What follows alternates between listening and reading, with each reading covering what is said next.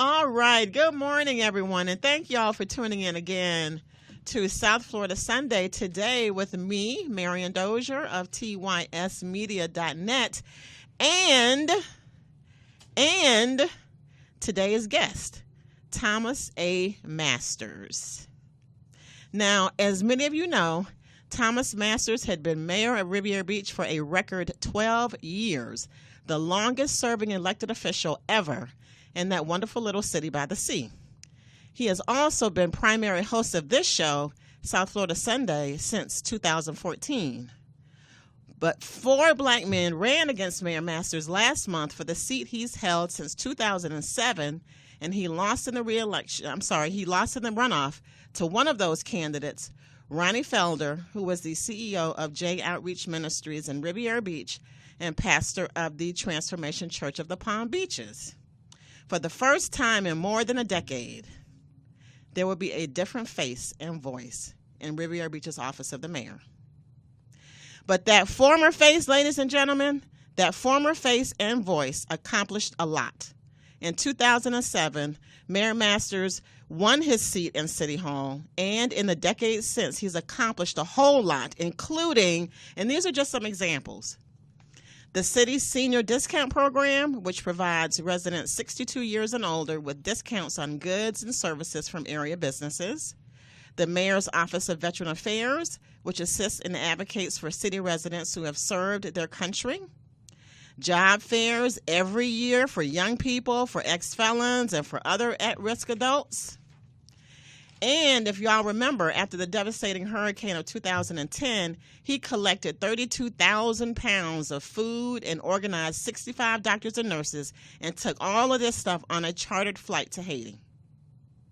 And some of y'all may also recall, he created the, quote, pull up your pants referendum, which was placed on the 2009 ballot and passed with more than 70% of support of the voters. And 2 years later, following a series of shootings of young people in the city, he successfully pushed for a citywide teen curfew, which forbid anyone under age 18 from being on the streets after 11 p.m. weekdays and midnights on weekends without an adult. And he's had great success with that. We'll talk about it a little later. He also created a sister city relationship with the city of Freeport in Grand Bahama that was approved in 2014. So, that's just a few things. So he went from a Wonder Boy preacher at age 4 to a licensed minister at age 9 to a faith message that he took around the world beginning in his teens to his move in 1987 to Riviera Beach to take the helm of New Macedonia Missionary Baptist Church, where he remains, and from whose pulpit he launched his well-known community outreach and activism. That, ladies and gentlemen, led to his becoming mayor. So now, move forward to today. What's next for Mayor Masters? He's been in office long enough that he's now a senior citizen. But he's also internationally known. He's also a committed community leader. And he's also an ordained pastor of 55 years and an astute political and social organizer. So he has some options. Today, he remains a pastor in New Macedonia, but what's in his future now that he's free of City Hall? Mayor Masters, I want you to answer that question as we welcome you back to South Florida Sunday. Yay! Look how long did that take for me to just go through your resume? About 30 minutes. Oh, my gosh. Do you remember all that stuff you did? I do. Yeah. I do. I do because I was right there. I was in the midst of it. Okay, good point. I was right there. Yeah. I was right there. Do you mind me calling you mayor, sir? Well, I was told the other day, I don't know how true that is, but I was told that protocol says that the mayors never lose their title. Listen. That it stays exactly. with them. I mean, I don't know, but that's what I was told. That once a mayor, you're always a mayor. Yes. Once the president, you're always a president. Once the mayor, you're always a mayor. That's what and I Lord was knows told. you filled that slot so well for so long. And ladies and gentlemen, I don't know if anybody knows as well as I do because I was there. Full disclosure, I worked for the mayor and the city council for almost 8 years until I left in 2015. So But it's so funny that whenever you weren't here on the show, Mr. Mayor, I would always explain why by letting the listeners know that you were busy. I would always say he's busy, busy, busy. Busy doing this, busy doing that. Is your life still like that? Are you still busy? Or are you getting some rest? Well, I'm trying not to be too busy. I mean, people call me. And I tell them, well, you got to call the mayor. And they say, well, I'm talking to the mayor. I say, okay. No, you got it's a change now. It's a new day, a new era for a new council. What I don't want to do is to overshadow the present mayor. He is the mayor. We need to give him an opportunity and a chance to do what he can do and will do for the city. So I'm really trying to stay back and stay out the spotlight as much as possible if people allow that to happen. I was going to say, I don't know if that's going to happen, sir. Well, I'm trying to. I'm really, really trying. I'm trying to direct people to the mayor or to their council person. Yeah. They act like they don't want to hear it, but I still try to do the right thing. But the question that you asked, Marion, after the introduction, and it was, what's next for the mayor? Mm-hmm. I have 4 words. I don't know. I don't know. I'm praying about it. I'm fasting to an extent, and I'm asking God to give me divine direction. The Bible says the steps of a good man, not that I am good, there's none good but the Father, but I try to treat people like I want to be treated, ordered by the Lord. Whatever those divine orders are, and may be, I will accept it. I know whatever it may be, I'm prepared, and I'm ready to go forward. But in the meantime, I'm enjoying relaxing. I'm enjoying just being leisurable, if that's a word, and just, just taking it easy. I can tell you one thing. I told Mayor Ronnie Felder, I said, listen, man, you did something for me that the doctors couldn't do in 12 years. You brought my pressure lower. My blood pressure lower than it has ever been. Seriously, the very next day, it went to like 118 or 117 over 78. Yeah. It was always 140 over interesting. 90 or something like that, but it came right down. So you don't really know how stressed you are until you become stress-free. So I am stress-free, and I'm enjoying it. I'm actually enjoying every minute of not being the mayor. Yeah. Really. And you look more relaxed. Everybody says that. You really do. Everybody. I don't know whether they're trying to make me feel good, but people everywhere I go, they say, oh, you look so good. You're so handsome. And I tell them, I was handsome all the time. You just didn't see it, Well, you look so more relaxed. Because they were seeing the mayor, and they wanted, what about this? And I need you to do that, and come over here and look at this. Well, my sister, Cora Masters Berry, she helped me with this. That's why I got this little cap on. She helped me with this glasses with this new look. Yeah. Dress. She said, Tommy, you don't have to wear suits every day. Get out the suit. She took me to Target and bought all this short sleeve, loafer shoes, and slack pants. You don't have, and she dressed me the way she wanted me to look every day. Aww. So I'm dressing like I don't know. I'm not used to dressing like this, but this is what she says I need to do. Yeah, I think so. So if you like fitting. it, yeah, because you are one thing though, of all the things you said that you might consider doing going forward. I mean, not consider, but that you're open to. You never once used the word retirement. No, so I guess you're not planning to retire, Mr. Senior Citizen. Oh, legal well, senior citizen. Marion, one thing my sister said is that I've been an advocate most all of my life. Yep. For the people. A lot of people don't know this because it never became a public thing, but at 12 years of age, well, actually before 12, actually at 8 years of age, at elementary school, I was in the 3rd grade. In California, where you're from. And I refused to salute the flag back then. And I said, listen, there is no justice for all in the 3rd grade. Oh. And then when I got to the 6th grade, I did it again. So I had to stand out of the classroom, while they do the flag, then they teacher tell me to come back in. So, that's as a child. So I will continue to serve God and the people of this community and any community. Job fairs, I was doing the things that I was doing before I became a mayor. It's in my DNA. You know, trying to get people jobs. You know, the things that we were doing for our seniors, the veterans, those kinds of things will never die on my watch. They will continue. I think I might be able to do more and greater on the outside than on the inside, because now I'm not locked into all the government regulations, the sunshine laws, and all the regs and all the stuff you got to go through to. And are you the mayor of Riviera Beach? And why are you helping West Palm? I don't have to worry about any of that now. And you probably can help me with this, Marion. I've been praying about whether or not it's going to be a Thomas Masters Foundation or a Thomas Masters nonprofit, a 501c3, or whether it's going to be a corporation, a nonprofit corporation, Inc., or whether it's going to be an LLC. I mean, there's so many options. But whatever I do, I want to get paid for it, right? Because I'm too old to work free anymore. Yeah. So, I mean, everybody else got all these foundations and organizations. So whatever you help me to come up with, if it's something that I can do, would continue the job fairs. And, you know, God knows I know, about 50 employers.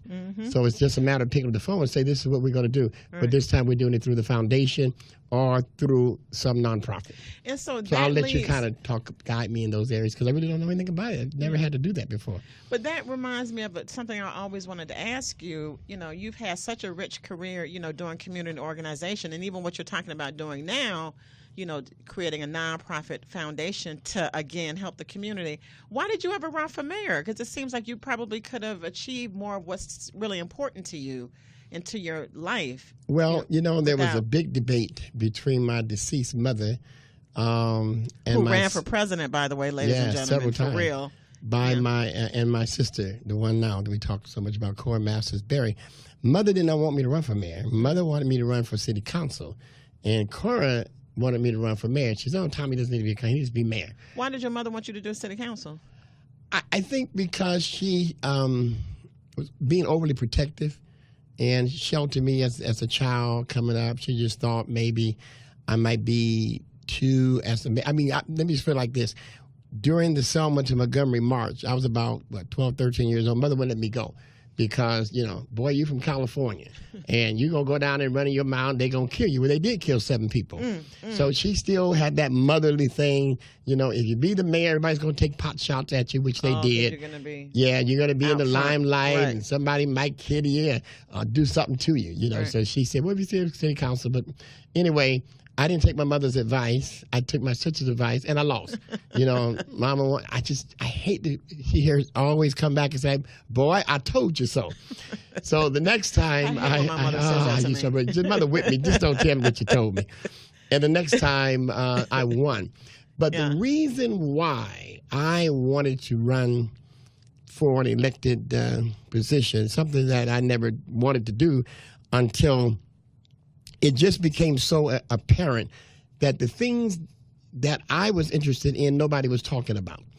No one was talking about jobs. No one was talking about health care at that time. No one was talking about decent housing. They were talking about eminent domain, you know, and these big businesses. At that time. That was the thing. And redevelopment and, you know. And I said, well, you know what?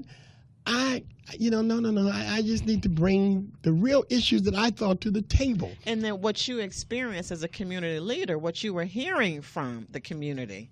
You know, people weren't necessarily supporting, you know, the former mayor, the one that you ended up beating, Michael Brown, because he was the one pushing eminent domain. Because remember, he was trying to make the marina bigger. He wanted to take Broadway and take it over a block, remember, west. And people just lost their minds. But on the flip side of that, we are still indebted so much to great mayors of the past. And, you know, we look at Michael Brown, you know, Sonoma Bay, Thousand Oaks, and Turtle Cay, Marina Grande, you know, it goes on and on and on. He was the redevelopment mayor. Yes. We look at Mayor Clara King Williams. She was the one that was taking care of the senior citizens. We have the Boys and Girls Club here. She actually started the neighborhood crime prevention programs, was under the mayor's watch. And when you look at me, you see whatever you see. You get whatever you see. You see the people's type of mayor that was involved with social issues. And so we each had our own style, and our legacy will speak for itself. Yeah.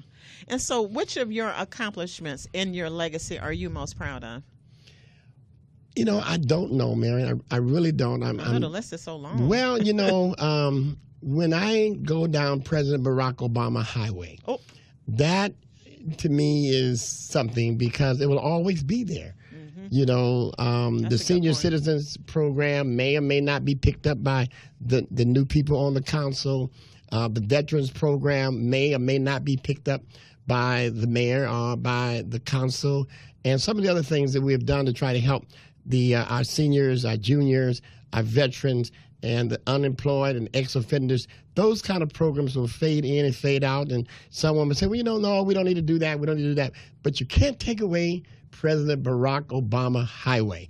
Every time you go down that street, that's Thomas Masters. And the people of Palm Beach County, they helped me to do it. Yes. And you cannot take away from the fact either that because of that change, Riviera Beach is the only place in the world where Barack Obama and Martin Luther King Jr. meet. Yes. We have in Riviera Beach, there's a Barack Obama Highway, and then there's MLK, is it Avenue, Street? But they meet. Dr. Martin Luther King Boulevard. Yes, Boulevard. But they meet. And so that was because of you. Well, I thank God that he used me to do that. And I'm very thankful, very humbled by the fact because I made a statement during the campaign. You know what you have, but you don't know what you're going to get. We knew who we had, Barack Obama, but we didn't know we was going to get Donald Trump. So there is the Barack Obama Highway in the city of Riviera Beach. But I'm also proud of I'm really proud of the pull up the pants law that was passed. And I tell you what, the law was thrown out, but the mentality of our young people changed. You do not see as many young people in our city going around with their pants down. It just changed. We got out there and we educated our young people. Yeah. Listen, if you don't want to bring attention to yourself, you don't want to be stereotyped, but stop by the police because your pants are down, that kind of stuff. You want a job, pull them up. They did. And you used to sit at the job fairs all the time.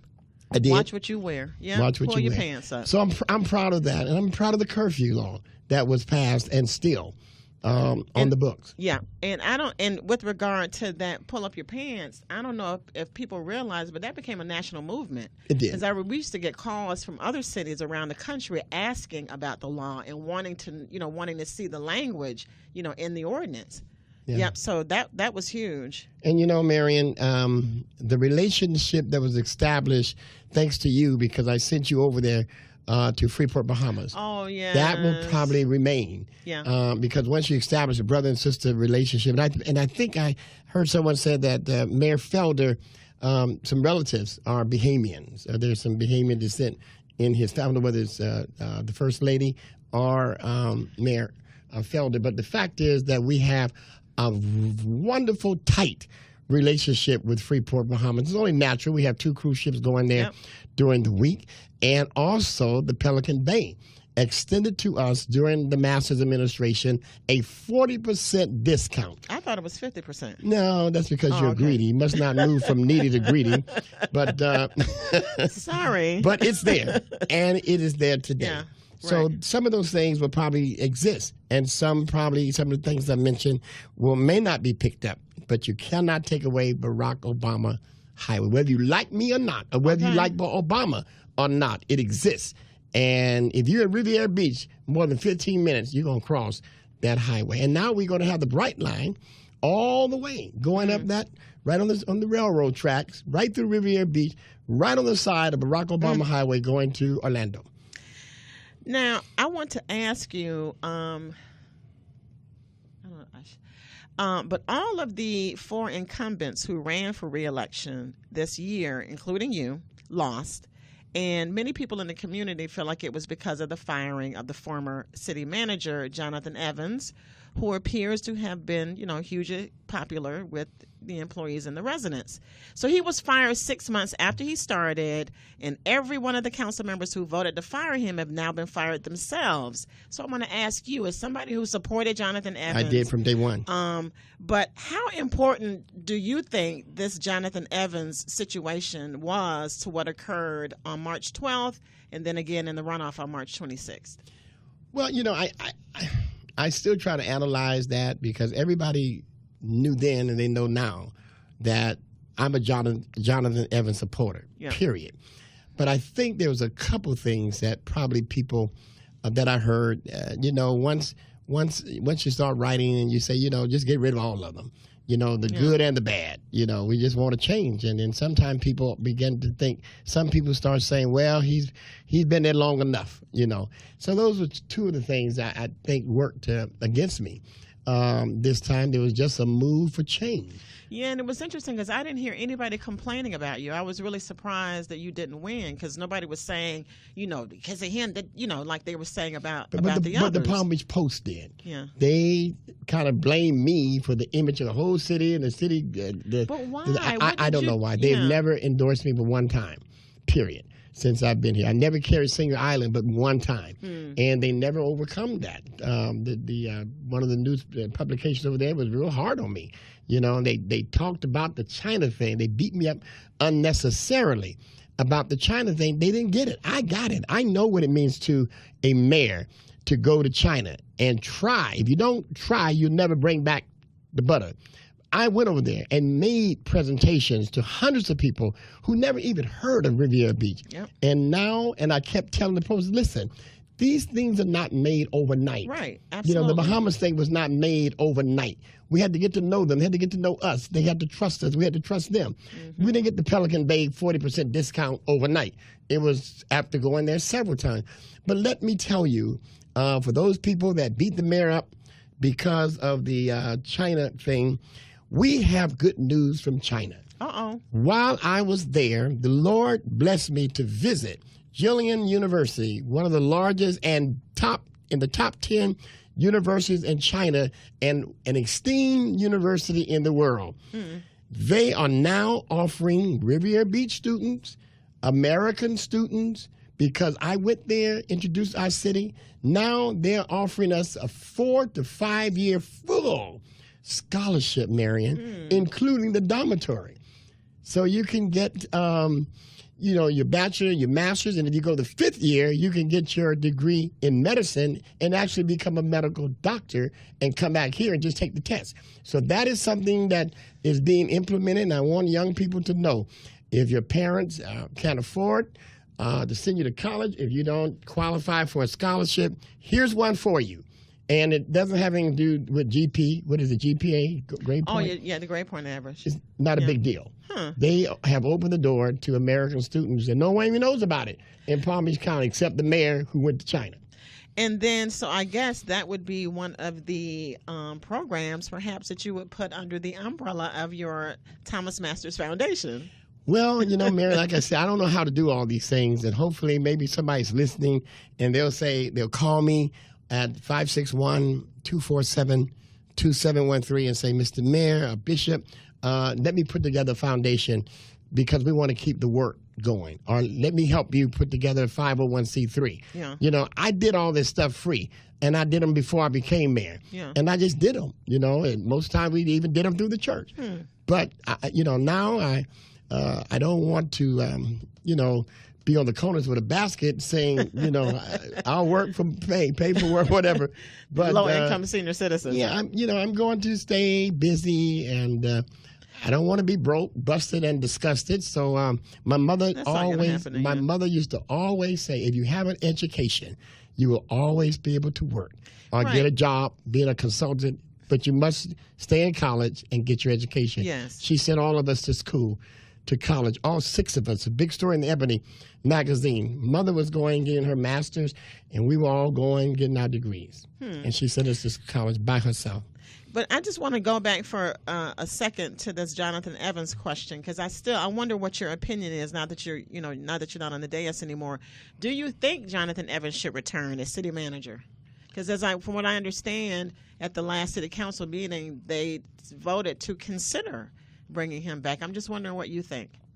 Well, this is what I think. I have some good friends on both sides of the issues. Yeah. I have some very close friends who are just not Jonathan Evans fans Not at on all. the team at and all. then I have some very good friends who are fans of Jonathan Evans on that team. But this is the question that I always ask people: what did he do wrong? What do you have against this man? What did he do wrong? And no one can never answer that question. Yeah, because the council never did make it clear why they fired him. What, We still what don't fault know. do you have in this man? Yeah. What did he do? Yeah. And if you can't bring back and evidence, you can't answer, well, he was going to privatize this and that, but did he do it? No. Did it ever come before the council? No. Right. So what's the point? He was fired unjustly, so he deserves his job back. And That's see, what I that was think. the thing that I never did understand either was, okay, let's say that he did want to privatize public service. He could not do that without the approval of the council. And there's a big difference between privatizing anything and versus public-private partnership. We already have public-private partnership, and when it works in the best interest of the city, that's an option that we look at it. We have public-private partnership at the Ocean Mall. We have public-private partnership at the marina. That's not privatizing. That's public partner working together. Someone owns the land. They lease it out. We make the money, and we still have the land, and we don't do the work. Right. So, but I never heard him bring I don't want to hear about he was going to do this. No. Did he do it? Did he say it? So I feel like Jonathan Evans, when the lady went to sleep and dreamed about Christ, no comparison, of course, but she said, don't bother this man because I find no fault. Now, if you got fault, bring it to me. Bring it on. But I find no fault, and evidently the budget that he presented to the council was nationally acclaimed. No one, like in 20 or 30 years, presented that kind of budget. So if you don't have any fault, so what's your beef? And most people, a lot of the people I find that don't like him, don't know the man. They ain't never met him. I heard. Well, you can't go on what you heard. Go on. Well, I heard he did this. I heard he was going to do that. But I would work with the man day after day, talk to him several times, and I have to tell you, I find no fault in Jonathan Evans. He was treated very badly and very unjustly. So was the city in turmoil then, as Channel 5 labeled it? Well, the media always have their own labels, no matter what. I never used that term because, no pain, no gain. Okay. And, we had some difficult moments. Yeah. But we also did some great things during that time period as well. And see, you and I are on the same page on the point that I'm about to make now. The city has to do a better job of telling its story. That's right. Because it has wonderful news. There's so much good stuff that happens in that city, even in City Hall, but you never hear about it. And that's one thing I always appreciated about you as a former newspaper reporter, was that you understood and do understand the value of the media and having a relationship with them, instead of this sort of bumping heads and, giving them the finger and all. But now, the other thing I wanted to ask you, do we have time? Yes, we do have 5 minutes. One of the writers said that we don't have no sound, and I don't know why. We don't have no sound. I guess. But that's not what you're saying over here. No, not on the radio. Okay. We have no volume. I don't know. Maybe because I turned the volume down. I don't know. Do we have sound now on Facebook, y'all? But anyway. You are such a millennial. But now tell me, Mr. Millennial, what did you learn from your loss? Did you learn anything? Have you, kind of come up with a explainer that makes sense to you? Yeah, I did. First of all, my opponent carried Singer Island like 10-1. You had 700 votes over there, and I barely got 200. So, and it's hard to overcome. It's really hard to overcome that kind of coming out the back with 700 votes. What I did learn is we have enough people in Wells District alone, that if they're already registered, they just don't vote. We need to make sure that everybody in this district vote either in person or absentee, vote by mail, whatever you got. Because our people, our black people, did not vote. I carried the inner city.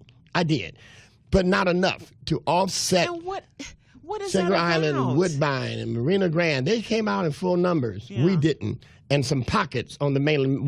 Ronnie also, I don't want to take anything away from him because Mayor Felder also did pretty good in some of the areas in the community as well. He has a long-standing reputation with Jay's ministry. But the fact is, this election for me was really decided by the island and by Woodbine and by Marina Grande and a few pockets like some of the gated communities. Right. And the problem with all those areas, they never took time out to know who I am. They don't know that. I mean, all they heard was China, and he used taxpayers' dollars to go to China, and he doesn't do anything but job fairs. Well, listen, if you don't have a working city, you don't have a city at all. And listen, like the mayor of Detroit said, and you and I have been paraphrasing him for years, he says, ain't nothing wrong with Riviera Beach that a few jobs can't fix. Okay? Yeah, and that's what I did. So, and the people, I mean, they beat me up in the media, but thank God, there are a lot of people who understood my passion for the people, and they voted for me 5 times. Some of the people left me this time because, they said, oh, well, he's had long, let's try somebody else. But I always say, you don't change or try something if you don't have a reason to. Okay. If the mayor or the council is not producing and not productive, then that's when you make a change. Yeah. But if you have people in there, and like I told them about and then we're going to move on. I think we have less than a minute, about the term limits. I had 12 years.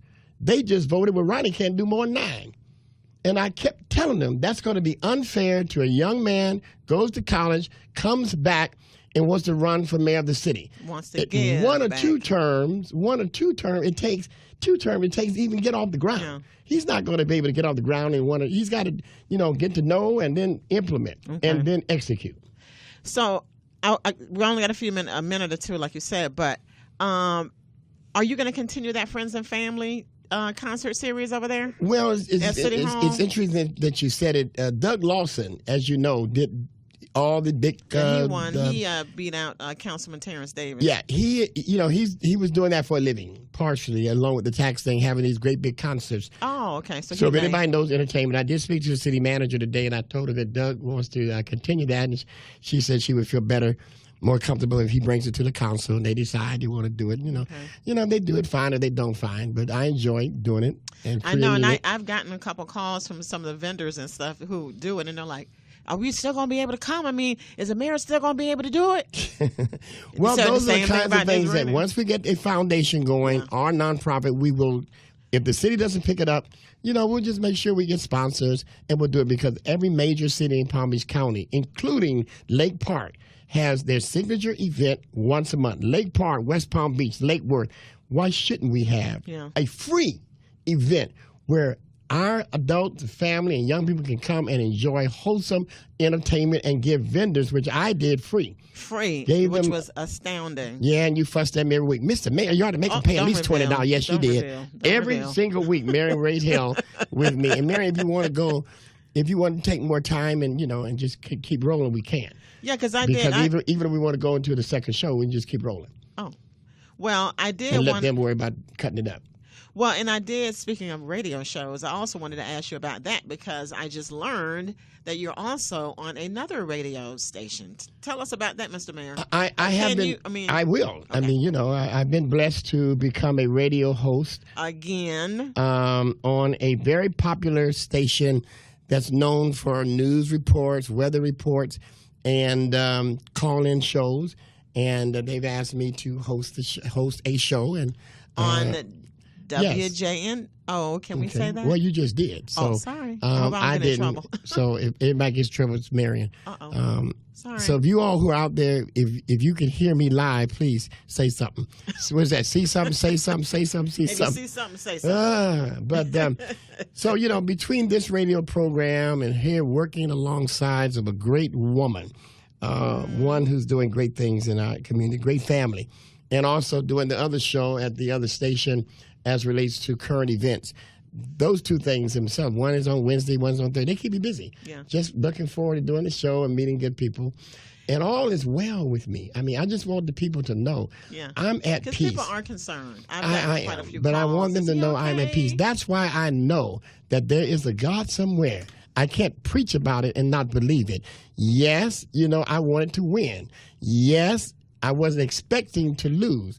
And no one understands what it feels like to lose until you lose. But the God that I serve came in my room one night and gave me peace like a river, and said, Thomas Masters, I didn't bring you this far to leave you now. And after that, the Lord just lifted me up. Wow. And put a smile and put joy, as you see. And I didn't think I was going to be able to even go because, as you know, I'll cry in a minute. You know that.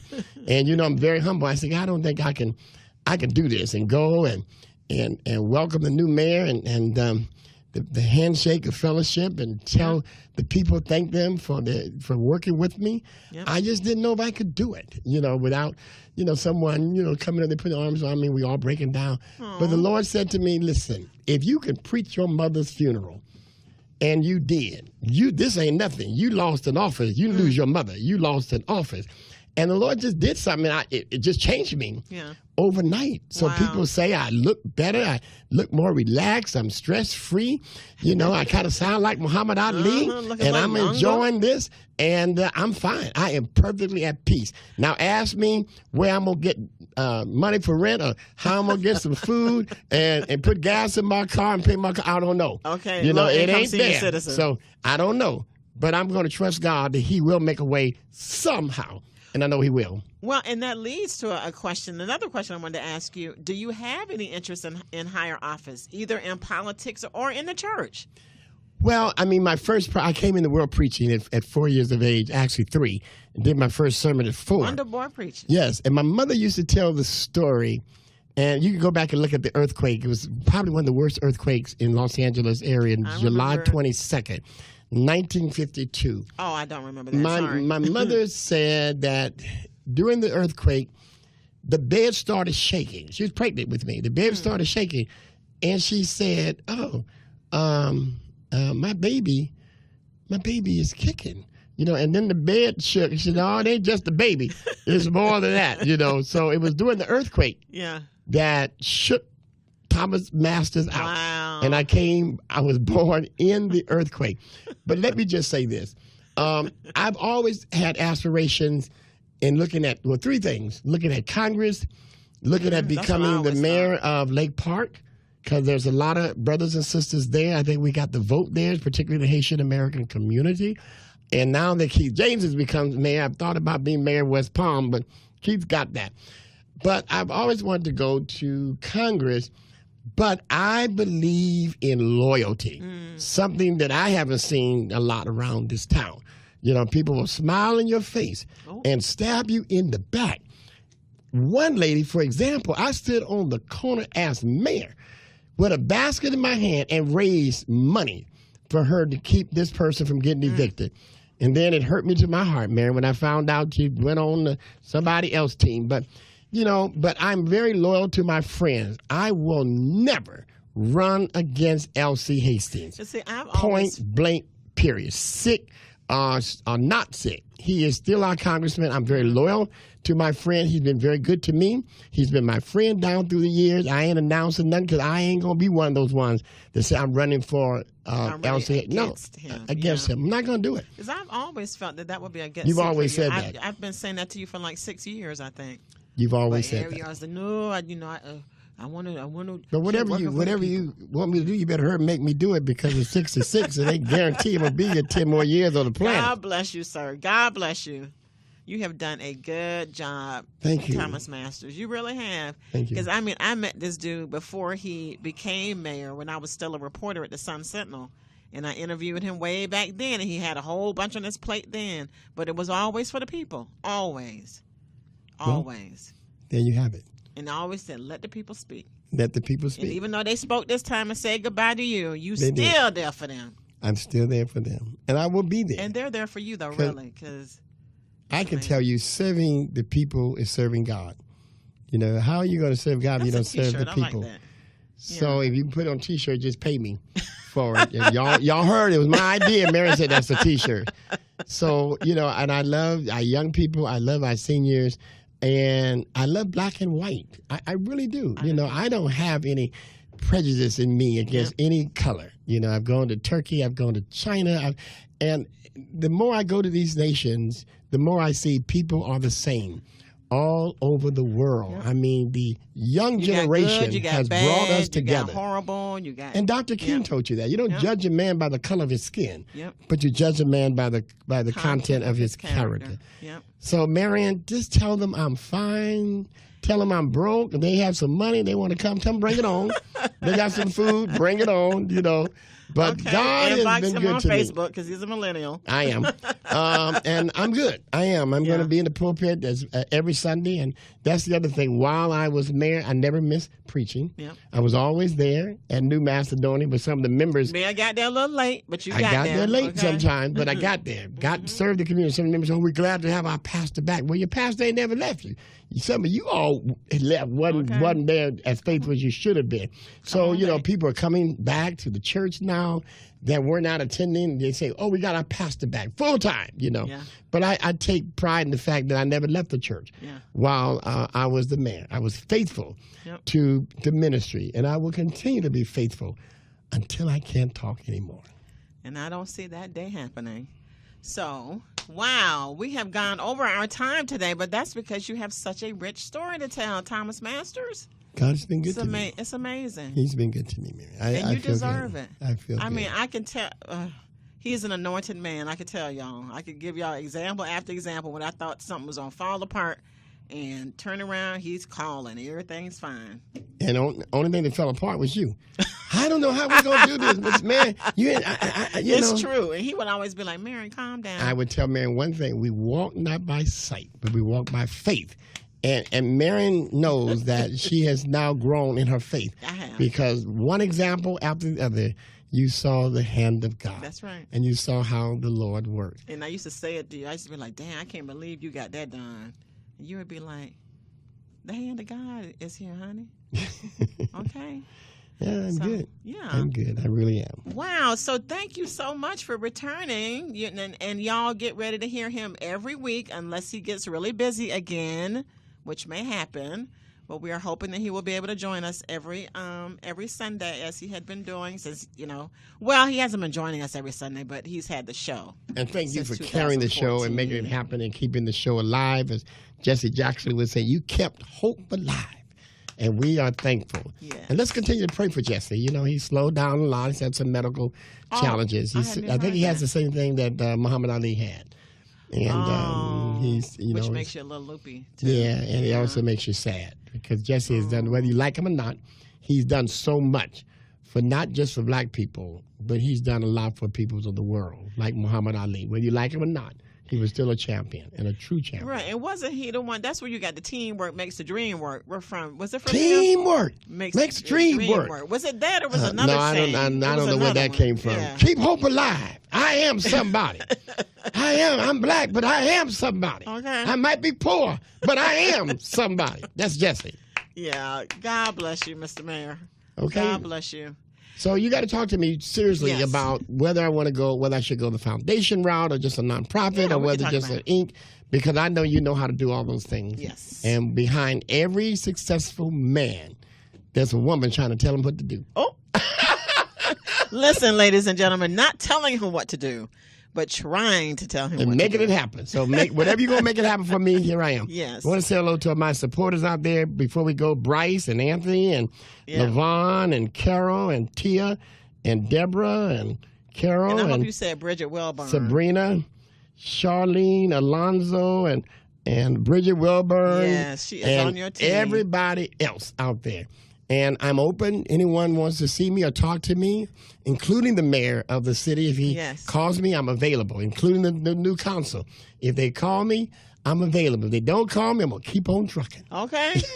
There you go. And on that note, ladies and gentlemen, thank y'all so much for tuning in. I'm so glad y'all got a chance to hear Mayor Masters talk about his very wonderful career. We will be here next week, hopefully. I am Marian Dozier of TYSmedia.net and, as you know, CocoWire.net. And he is still Mayor Thomas Masters of Riviera Beach. And the best is yet to come. Woo! Good job.